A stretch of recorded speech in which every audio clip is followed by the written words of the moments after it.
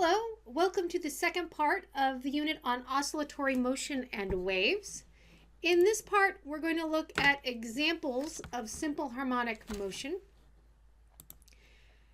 And to begin with, we're going to revisit the idea of period, frequency, and now there's this other one, which is the Greek letter omega, that looks like a little bit like a curly W. So remember, T was the period, and it is the time for a full cycle to occur. F is frequency, which is the number of cycles per time. The period has units of seconds. Frequency, this one is in hertz for units. I'm going to put this up above because I forgot to write it below. Now, what is this omega? Well, omega is a different frequency. This is actually angular frequency.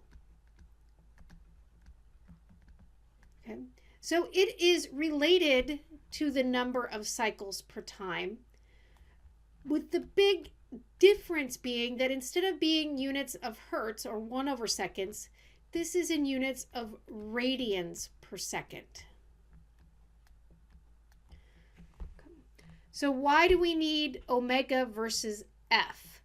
Well, if I were to try to write a formula for oscillatory motion, I might use a cosine or a sine, and in it would be a function of time, which means the other piece in it has to have units of 1/time, and it has to be technically unitless.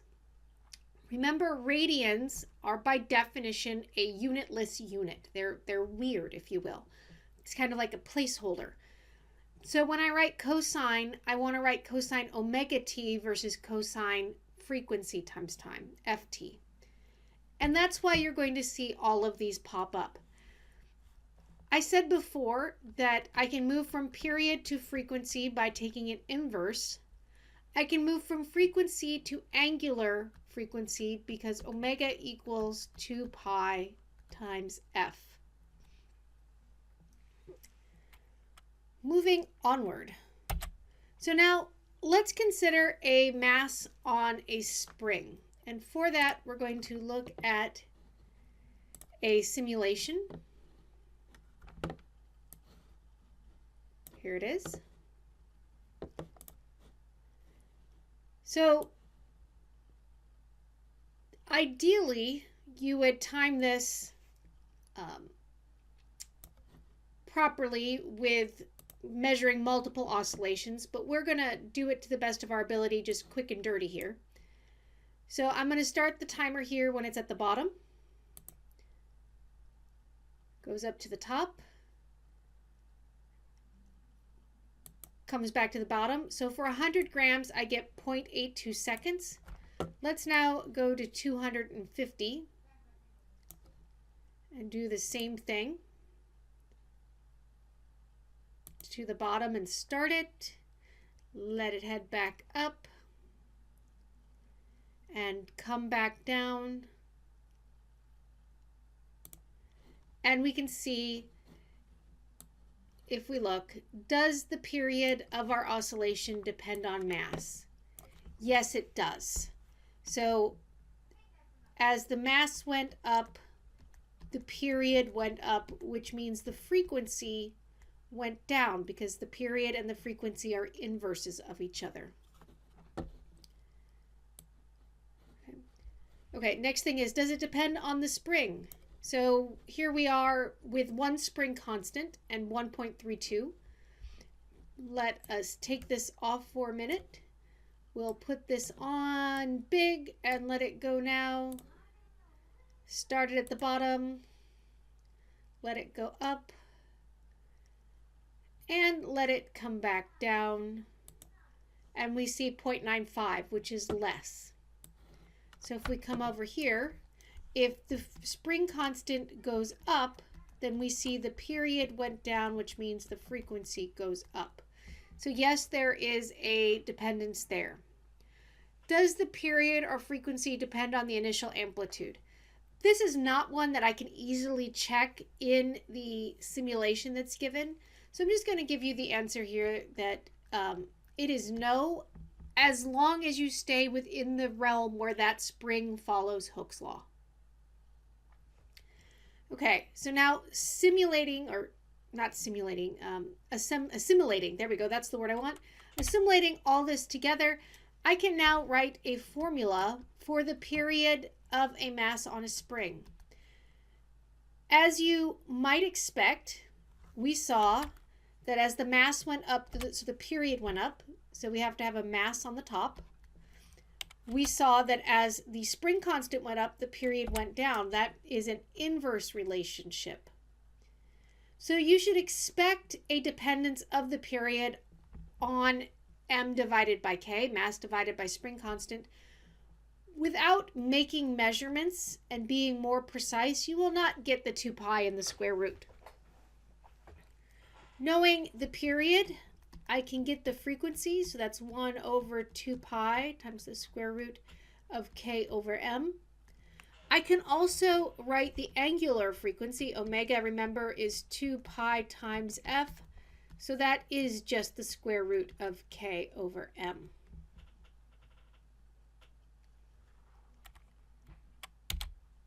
So let's do an example. We have a 0.1 kilogram mass oscillating with a period of 0.5 seconds. We want to know the spring constant. So T equals 2 pi times the square root of m over k. Our period is up here, 0.5 seconds. The mass is 0.1 kilograms divided by k. The first thing I need to do is square everything.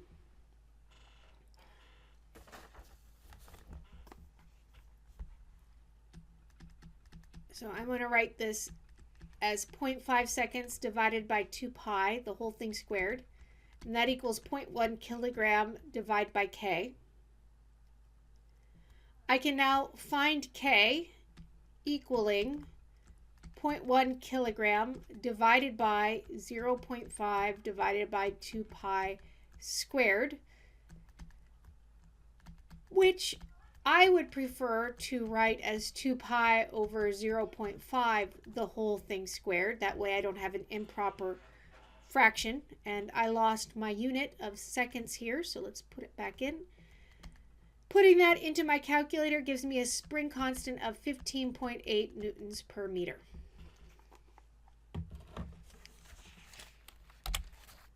So now let's go look at a pendulum.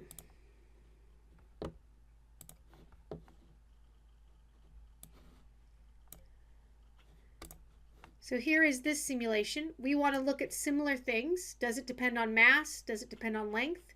Does it depend on where it is located? And does it depend on the initial amplitude?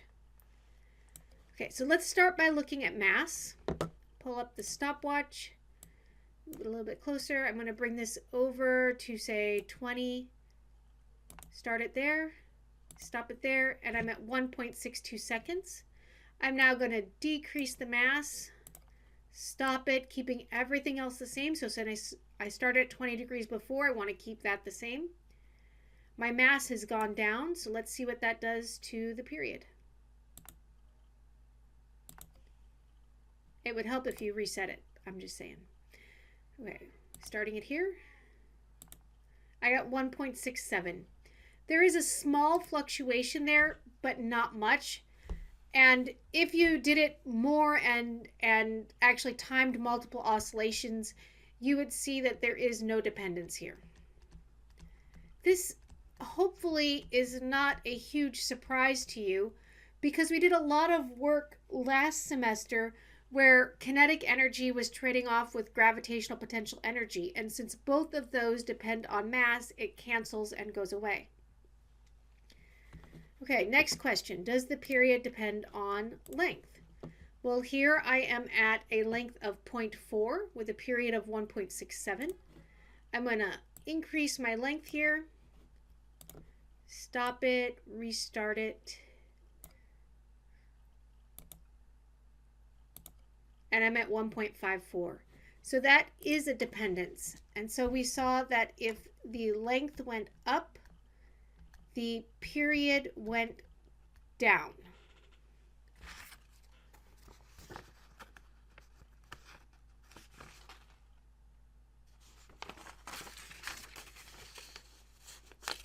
Interesting. That does not agree with theory. Let's go back to the simulation really quick and just make sure that we were doing everything correct. Because I changed the mass, I didn't change the length. Let's try changing the length now. Okay, take 2 at measuring the length dependence. Okay, 1.26. We're going to do that one more time just to make sure we got it right because it's moving very quickly. Start it here, stop it there, 1.0. That is definitely a difference, and the length went down, resulting in a smaller period, which would be a bigger frequency, and that does agree with theory. Okay. Does the period depend on the acceleration due to gravity, or what planet you're on? So let's make this a little bit more reasonable again, which means we need to start by measuring this. So here I am at 0.9, and I see 1.84 when I'm on the Earth. Now I'm going to switch over to Jupiter. Stop that, reset this. 20 degrees again.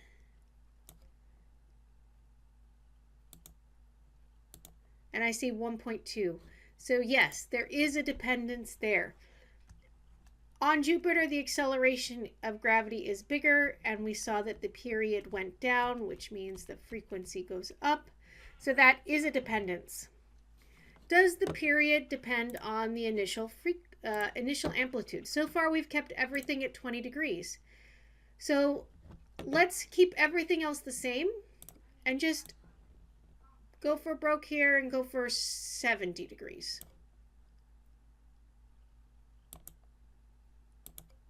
.31.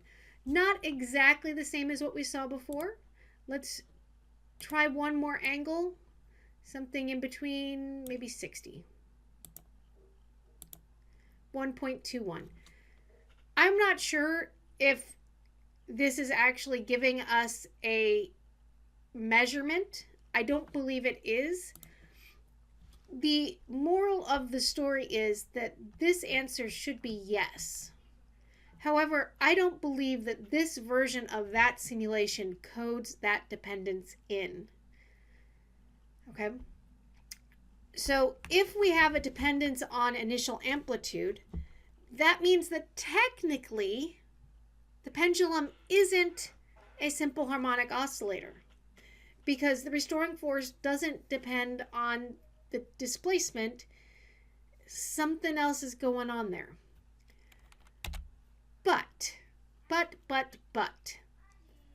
in an approximation known as the small angle approximation, which I can simulate here, pardon me while I look for it in the list.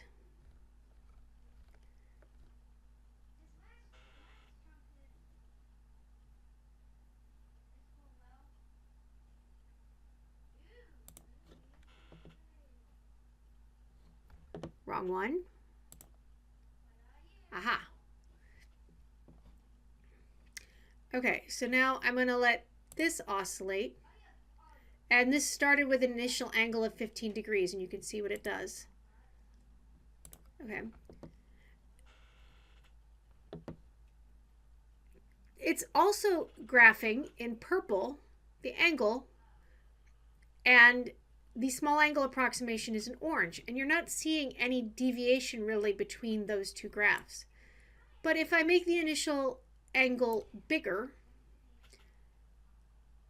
and let it go, now you can see the two graphs. The orange is the small angle approximation, and the purple is what it's actually doing, and you can see they're not the same.